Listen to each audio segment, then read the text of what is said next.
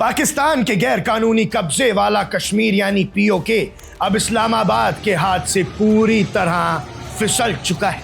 क्या रावलकोट से लेकर मुजफ्फराबाद तक की सड़कों पर उतरा जन सैलाब ये चीख चीख कर कह रहा है कि हम आतंकवादी नहीं हैं, हम अपने हक के लिए लड़ रहे हैं। क्या पाकिस्तानी सेना की गोलियों और 15-16 साल के मासूम बच्चों की मौतों ने दुनिया को इस्लामाबाद के खिलाफ खड़ा कर दिया है? और क्या भारत ने दुनिया के सामने पाकिस्तान के दशकों पुराने दामन और जुल्म का कच्चा छिट्टा खोलकर रख दिया है? ये सारे वो सवाल हैं जिसने इस वक्त दक्षिण एशिया की पूरी राजनीति को हिलाकर रख दिया है। पीओके में इस वक्त हालात सिर्फ बेकाबू नहीं है, बल्कि ये खुली बगावत का रूप ले चुकी है। रावलकोट, कोटली और मुजफ्फराबाद की सड़कें जंग का मैदान बन चुकी हैं। 15-16 साल के नवयुवकों से लेकर 30-32 साल के नौजवानों पर सीधा गोलियां चलाई जा रही हैं। अस्पतालों की हालात ऐसी है कि अस्थायी टेंटों में एक एक बिस्तर पर गंभीर रूप से जख्मी मरीजों का इलाज हो रहा है और पाकिस्तान ऑक्यूपाइड कश्मीर की सड़कों पर आम कश्मीरियों की लाशें पड़ी हुई हैं। लोग मुख्य अस्पतालों में जाने से डर रहे हैं क्योंकि उन्हें खौफ है कि वहां जाने पर पाकिस्तानी पुलिस या सेना उन्हें गिरफ्तार कर लेगी या अस्पताल में ही गोली मार देगी। इस पूरी बगावत का केंद्र है जॉइंट अवामी एक्शन कमेटी यानी JAAC। अब शुरुआत में यह आंदोलन कोई राजनीतिक नहीं था। ये लड़ाई शुरू हुई थी बिजली की किल्लत से, गेहूं के आटे पर सब्सिडी के लिए और बुनियादी सुविधाओं की मांग को लेकर। लेकिन जब इस्लामाबाद ने अपने ही कब्जे वाले लोगों की जायज मांगों को सुनने के बजाय उन पर बंदूकों के कुंडे और लाठियां चलवाई, तो यह आंदोलन 38 सूत्रीय चार्टर और स्वाभिमान की लड़ाई बन गया। और सबसे बड़ा सवाल यह है कि इस चुनाव के दौरान यह हिंसा इतनी भयानक क्यों हो गई है कि पूरी दुनिया की नजर अब पाकिस्तान ऑक्यूपाइड कश्मीर पर है। पीओके की तथाकथित लेजिस्लेटिव असेंबली के चुनावों में इस्लामाबाद एक बहुत बड़ा संवैधानिक खेल खेलता है। विधानसभा की 12 से 20 के करीब सीट्स उन रेफ्यूजीज के लिए आरक्षित रखी जाती हैं जो पीओके में रहते ही नहीं हैं, बल्कि पाकिस्तान के अन्य हिस्से जैसे पंजाब या कराची में बस चुके हैं। इस्लामाबाद की शहबाज शरीफ सरकार और वहां की मिलिट्री एस्टैब्लिशमेंट इन्हीं आरक्षित सीटों का इस्तेमाल धांधली करके अपने पसंद का कठपुतली प्रधानमंत्री बिठाने के लिए करते हैं। JAAC और पीओके के स्थानीय लोगों ने मांग रखी कि इन फर्जी 12 सीटों का कोटा खत्म किया जाए और असली स्थानीय लोगों को उनका राजनीतिक हक दिया जाए।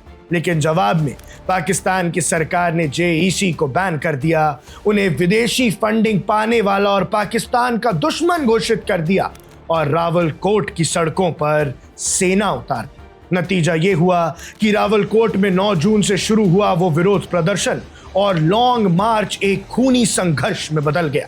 27 जुलाई और उसके बाद के हफ्तों में हुई अंधाधुंध वोटिंग और फायरिंग में अब तक 50 से अधिक नागरिकों की जान जा चुकी है और ये सिर्फ ऑफिशियल नंबर्स हैं।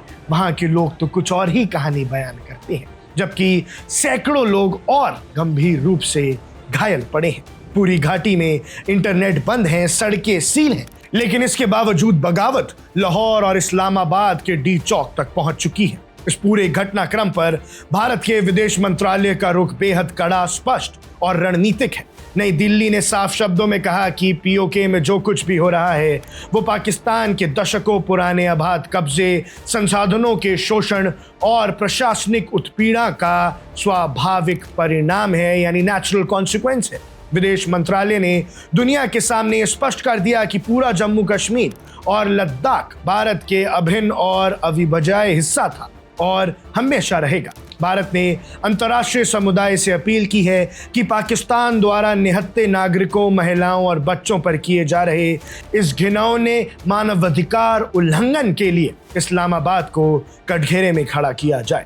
पाकिस्तान का दोहरा रवैया अब दुनिया के सामने पूरी तरह से नंगा हो चुका है। एक तरफ इस्लामाबाद अंतर्राष्ट्रीय मंचों पर जाकर कश्मीर के नाम पर घड़ियाली आंसू बहाता है, वहीं दूसरी तरफ अपने ही इलीगल कब्जे वाले क्षेत्र में जब स्थानीय लोग बिजली, पानी, आटा और अपने राजनीतिक हक मांगते हैं तो उन्हें आतंकवादी और दुश्मन बताकर उन पर गोलियां बरसा दी जाती हैं। 15-16 साल के मासूम बच्चों को मौत के घाट उतार दिया जाता है। आज रावलकोट और मुजाफराबाद की गलियों में उठने वाले ये नारे सिर्फ आटे या बिजली के बिलों के लिए नहीं है। ये नारे बता रहे हैं कि पीओके की जनता ने पाकिस्तान के झूठे नैरेटिव और गुलामी की जंजीरों को पूरी तरह से नकार दिया है। अब क्या इस्लामाबाद अपनी गोलियों और इंटरनेट ब्लैकआउट के दम पर इस आवाज को दबा पाएगा, या फिर अपनी ही बिछाई नफरत की आग में पाकिस्तान अपने हाथों से पीओके का नियंत्रण हमेशा के लिए खो देगा? जवाब बहुत जल्द दुनिया के सामने होगा, क्योंकि जब तख्त गिराए जाते हैं और ताज उछाले जाते हैं तो जुल्म की हुकूमत कभी लंबी नहीं टिकती। और भारत के लिए ये एक सुनहरा मौका है पाकिस्तान ऑक्यूपाइड कश्मीर को वापस अपने देश में लाने का, वापस पाकिस्तान से छीनकर हमारे कश्मीर को हमारे पास लाने का। क्योंकि दर्शकों, लोग नाराज हैं, कश्मीर की गलियों के अंदर खून है और अब कश्मीर की आम आवाम पाकिस्तान के साथ नहीं रहना चाहती और ये बात यूएन तक पहुंच चुकी है। ऐसे में जो भी आपकी राय है, जो भी आपको लगता है, हमें कमेंट सेक्शन में जरूर बताइएगा। आप देख रहे हैं वन इंडिया, मैं हूं आकुश Kaushik.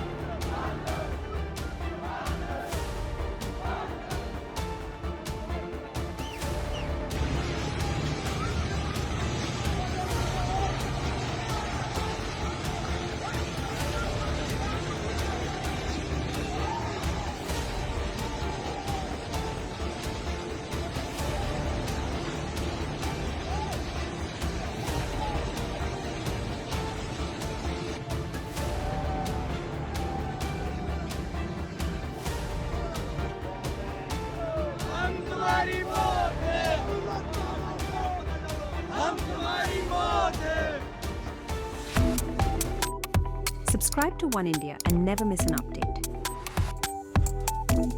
Download the One India app now.